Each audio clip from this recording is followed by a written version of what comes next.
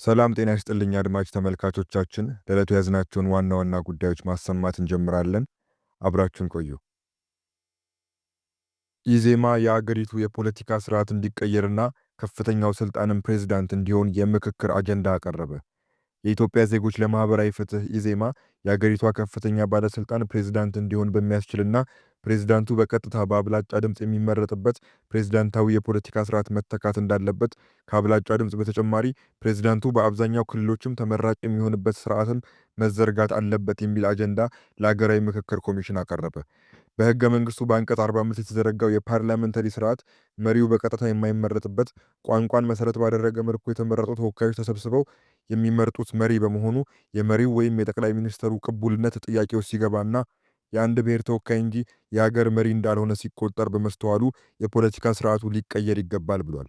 ፓርቲው በአገር ህልውናና ቀጣይነት ላይ የተደቀነውን አደጋ የማስወገድና አገርን በጠንካራ መሰረት ላይ የማቆምንም ጉዳይ የምክክር አጀንዳ አድርጎ አቅርቧል። ኢዜማ ህዳር 26 ቀን 2018 ዓ.ም በ73 ገጽ አገራዊ የምክክር አጀንዳዎች መነሻ ሰነድ ለሀገራዊ ምክክር ኮሚሽን አስረክቧል።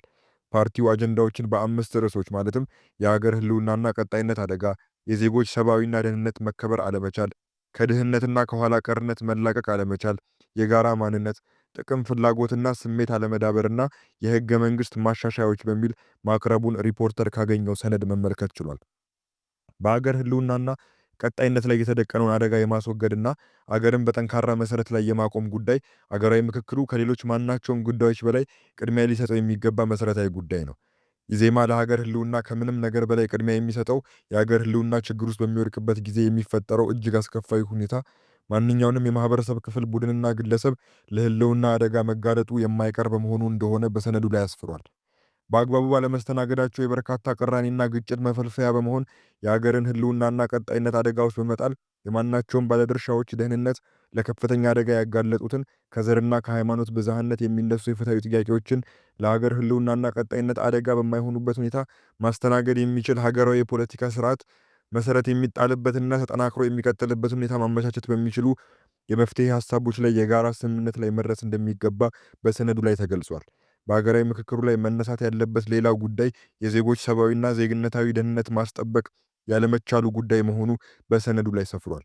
በመሆኑም በዜጎች ላይ የሚደርሰውን ሰብአዊ ጥቃት ለማስቆምና አገርን ከህልውና አደጋ ለመታደግ ብሎም ሰላማዊና የተረጋጋ ሀገራዊ ሁኔታ እንዲኖር የፌዴራል መንግስት የደህንነት አካላት ሰብአዊና ዜጋዊ መብቶችን አለማስከበርና አለማክበር፣ ከፌዴራል መንግስት በታች ያሉት የክልል የደህንነት አካላት ሰብአዊና ዜጋዊ መብቶችን አለማክበር አለማስከበር፣ የፌዴራልና ከፌዴራል በታች ያሉ የህግ አካላት ሰብአዊና ዜጋዊ መብቶችን አለማስከበር፣ የሰብአዊ መብት ተከራካሪ አካላት፣ መገናኛ ብዙሃንና የሲቪል ማህበራት ሰብአዊና ዜጋዊ መብቶችን ለማስከበር ያላቸው ዝግጁነት ዝቅተኛ መሆን፣ ጨርሶም አለመኖር፣ በአንዳንድ ሁኔታ ለመብቶቹ ጥሰት የመተባበር ችግር፣ የህግ ሰውነት የሌላቸው ኢመደበኛ የሆኑና የዘውግ መሰረት ያላቸው ነፍጥ ያነገቡ ፖለቲካ ነክ ወይም የውንብድና አደረጃጀቶች በብዛት መኖርና ይህንን ማስቆም አለመቻል አይነት ችግሮች በሀገራዊ ምክክር መሰረታዊ መፍትሄ ሊገኝላቸው እንደሚገባ ኢዜማ በሰነዱ አካቷል።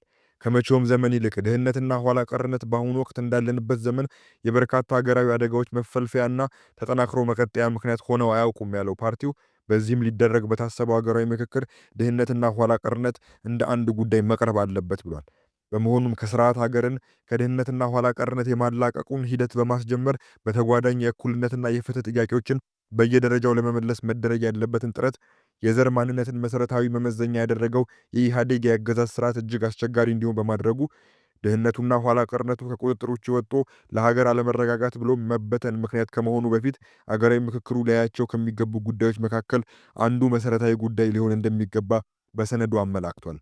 በኢትዮጵያ ከፍተኛውን የሉዓላዊነት ስልጣን ለዘር ማንነት ቡድኖች የሰጠው ህገ መንግስት በዘርና በሃይማኖት የማንነት ቡድኖች መሃል ግጭት የሚቀሰቅሱ ትርክቶች፣ የጋራ ፍላጎትን ጥቅምንና የጋራ ማንነትን ሊያጎለብቱ የሚችሉ ምልከታዎች ተግባራዊ አለመደረግ፣ የጋራ ፍላጎትና ጥቅም የጋራ ማንነት እንዳይኖር እያደረጉ ያሉ ሁኔታዎች መሆናቸውን የገለጸው ኢዜማ የሀገርን መሰረት የዘር ቡድኖች ያደረገው በፈለጉ ጊዜ በዘር የተሰባሰቡ ቡድኖች የራሳቸውን ክልልና አገር መመስረት ይችላሉ የሚል መብት በተግባር ግን የአገር ህልውና ብቻ ሳይሆን በዘር የተሰባሰቡትን ቡድኖች ህልውና ለከፍተኛ አደጋ ያጋለጠውን ሁኔታ የህግ ድጋፍ የሚሰጠው ህገ መንግስት አገራዊ ምክክሩ ሊመክርባቸውና መፍትሄ ሊሰጥባቸው ከሚገቡ ጊዜ የማይሰጡ ችግሮች መሃል አንዱ መሆኑን አጽንኦት ሰጥቶ አልፏል።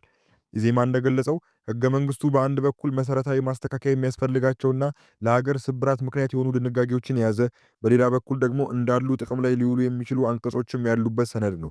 ስለሆነም በአሁኑ ወቅት ኢትዮጵያ ካለችበት ሁኔታ፣ ከዓለም አቀፍ ሁኔታዎች እንዲሁም እስካሁን ከሕገ መንግሥቱ ካገኘነው ተሞክሮ አንጻር ሊሻሻልና ዘመኑን በዋጀ መልኩ መሠረታዊ የሆነ እርማት ሊደረግለት እንደሚገባ ፓርቲው በሰነዱ ገልጿል። በዚህም የሕገ መንግሥቱ መግቢያ በሚከፋፈሉና በሚያለያዩ ጉዳዮች ላይ ከማተኮርና ከማጠንጠን ይልቅ አንድም የሚያደርጉ እንደ አንድ የፖለቲካ ማህበረሰብ የጋራ በሆነው መሠረታዊ የዜግነት ጉዳይ ላይ ሊያተኩር እንደሚገባ አሳስቧል።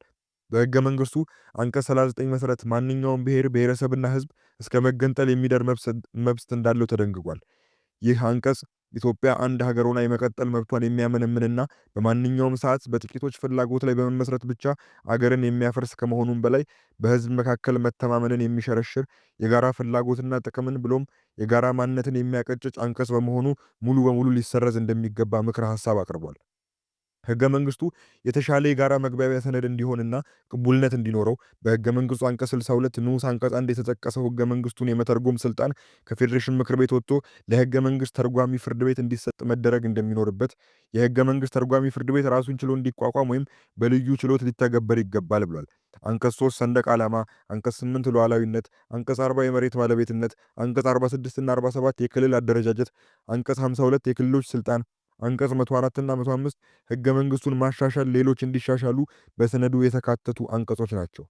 በርክክብ ስነ ስርዓቱ ላይ ንግግር ያደረጉት የኢትዮጵያ ሀገራዊ ምክክር ኮሚሽን ዋና ኮሚሽነር ፕሮፌሰር መስፍን አራያ ፓርቲው ያቀረባቸውን አጀንዳዎች ለሀገራዊ ጉባኤው በአግባቡ ጥቅም ላይ እንደሚውሉ ገልጸዋል።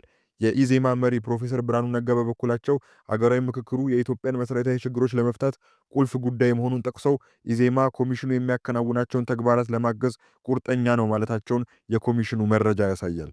ዘገባው የሪፖርተር ነው።